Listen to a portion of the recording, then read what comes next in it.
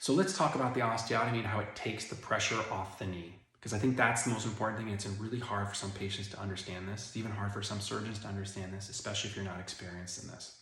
So when you're walking, you're doing about 60% of your force on the inside of the knee, which is the inside of the knee, that's the medial side. On the outside of the knee, you're doing about 40% force.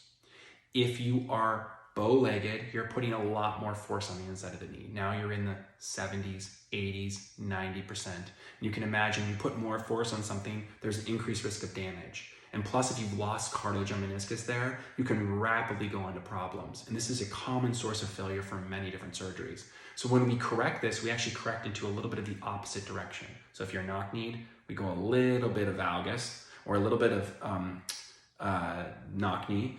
And as a result, we take the pressure off and we turn it to a 50-50 or a 40-60 situation. And that can be extremely successful. The same goes for if you're knock-knee, we put you in a little bit of bow. Again, the key here is that over time you may fall back into your correction, and so you want to give just a touch of correction on the other side.